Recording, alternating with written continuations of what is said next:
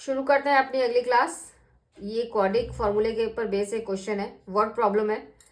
ये आपको फॉर्मूले को एकदम क्लियर कर देगा। वर्ड प्रॉब्लम है तो इसलिए हमको एक इक्वेशन ही बनानी होगी। तो मैं आपके लिए क्वेश्चन पढ़ती हूँ। ये क्वेश्चन है कि a pole has to be placed at a point on a boundary of a circular park of diameter 13 metre. तो इसका मतलब मैं डायग्राम इधर बना रही हूँ। एक सर्कुलर पाथ है जिसका डायमीटर जो है, डायमीटर यानी एक लाइन जो सेंटर से होके जाती है, वो 13 मीटर है। ये गिवन है कि इसकी जो लेंथ है वो 13 मीटर है। यानी आप इसे अगर ए बी मान लेते हैं तो ये 13 मीटर है। और उसके बाद इस पे एक पोल है, एक पोल पी मान लिया आपने। सर्कुलर पाथ के ऊपर एक पोल पी है। इस पी की जो डिस्टेंस है, डिफरेंस है, यानी इस पी का इस ए पॉइंट से और इस पी का इस बी पॉइंट से, ये जो डिस्टेंस है इसका डिफरेंस, यानी अगर ए पी में से अगर पी बी को माइनस करते हैं, वो डिफरेंस जो है वो 7 मीटर्स है। यानी अगर आप इसमें देखते हैं गिवन जो कंडीशन है उनको हम लिख लेते हैं।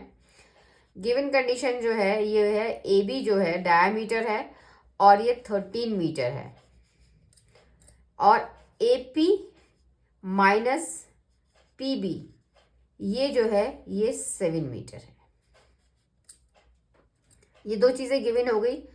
और अगर आप बात करते हैं सर्कल की, ए बी अगर डायमीटर है तो अगर आप इस सर्कुलर पाथ पे कोई भी पॉइंट ले लेते हैं कहीं भी, तो वो एज पर दैट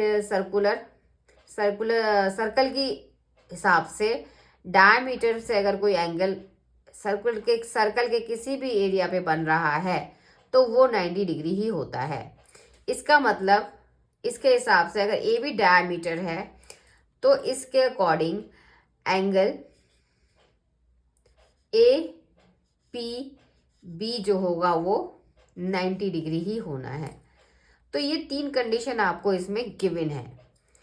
तो इसके हिसाब से आपको बताना है कि P की डिस्टेंस A से कितनी है और P की डिस्टेंस B से कितनी है। तो और ऐसा कोई पॉइंट पॉसिबल है भी कि नहीं, ये भी ज़रूरी बताना है। तो शुरू करते हैं अपना क्वेश्चन। बहुत डायग्राम बनने के बाद बहुत इजी हो जाता है किसी भी क्वेश्चन को करने के लिए। तो इसके लिए हमें किसी एक डिस्टेंस को एज्यूम करना पड़ेगा। तो हम मान लेते हैं let A P is equal to x metre. हमने मान लिया ए पी को एक्स मीटर। तो अगर ए पी एक्स मीटर है तो अब बात करते हैं पी बी की, कितना होगा। तो इसके अंदर आप पुट कर देते हैं, यानी x minus P B is equal to 7। इसके अकॉर्डिंग जो आया, पी बी को आप इधर ले गए, 7 को उधर लेके आए, तो पी बी जो हो गया आपका वो हो गया एक्स माइनस 7। यानी अगर ये डिस्टेंस x है तो ये डिस्टेंस जो होगी वो x माइनस 7 होगी कंडीशन के हिसाब से। तो अब इसमें आप ट्राइंगल ए पी बी में आप पाइथागोरस थ्योरम लगा देंगे।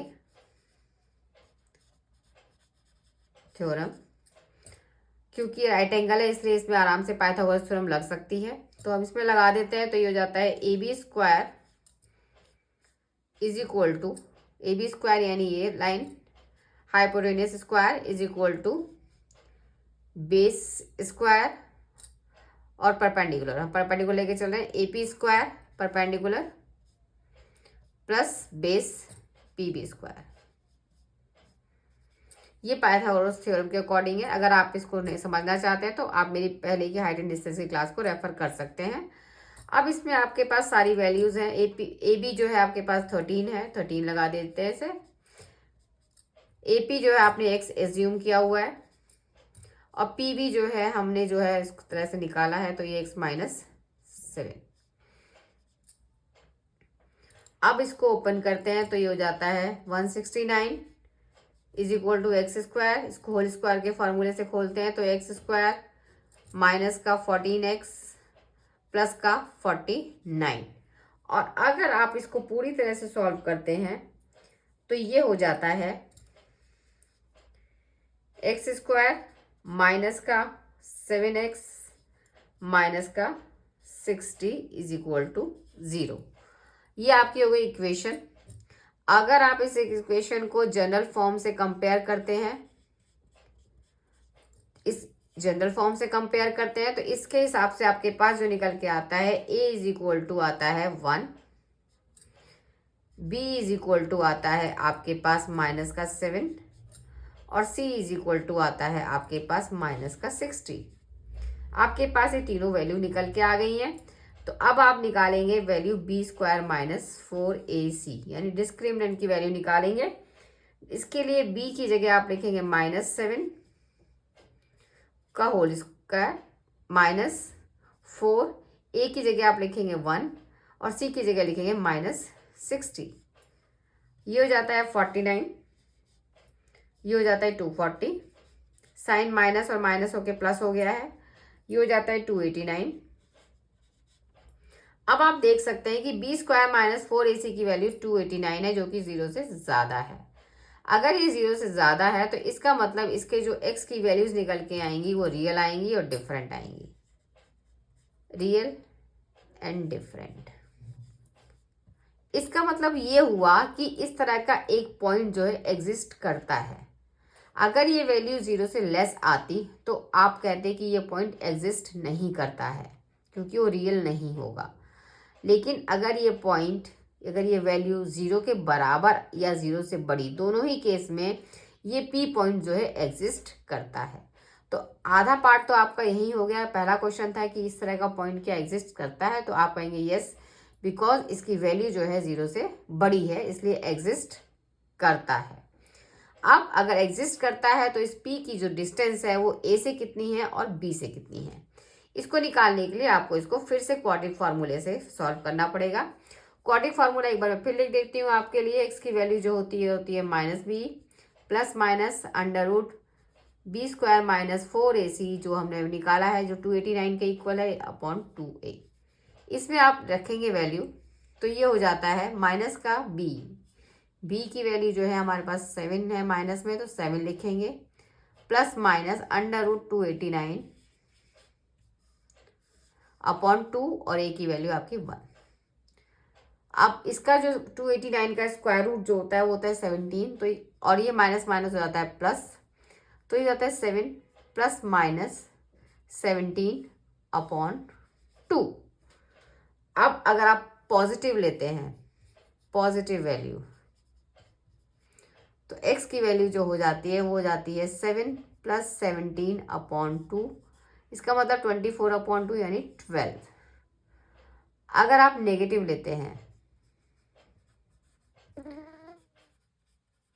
यानी 17 के साथ नेगेटिव साइन लेते हैं, तो x की वैल्यू हो जाती है 7 माइनस 17 अपॉन 2 यानी 10 अपॉन -10 अपॉन 2 यानी -5। तो एक तरफ से वैल्यू जो आ रही है -5 आ रही है और एक तरफ से जो आपकी वैल्यू आ रही है वो आ रही है 12। अब आप देख सकते हैं कि डिस्टेंस जो है पॉजिटिव ही होगा, ये नेगेटिव नहीं हो सकता, यानी इस वैल्यू को हम लोग कंसीडर नहीं करेंगे। अगर आप इस वैल्यू को कंसीडर करते हैं और इसमें देखते हैं x की जगह आप 12 रखते हैं, यानी AP जो होगा ये हो जाएगा 12 मीटर और PB जो हो जाएगा ये हो जाएगा 12 माइनस 7 यानी 5 मीटर। तो इस तरह से आप P की डिस्टेंस A से और P की डिस्टेंस B से दोनों ही चीज़ें जो हैं आराम से निकाल सकते हैं इस क्वाड्रेटिक फार्मूले को यूज़ करके। तो उम्मीद करती हूँ ये आपको अच्छे से समझ में आया होगा। अगर आपके पास कोई डाउट है, कोई क्वेश्चन है जो आपको समझ नहीं आ रहा है, तो आप मुझे कमेंट सेक्शन में डालिए, मैं उस क्वेश्चन को आपके लिए सॉल्व करूँगी।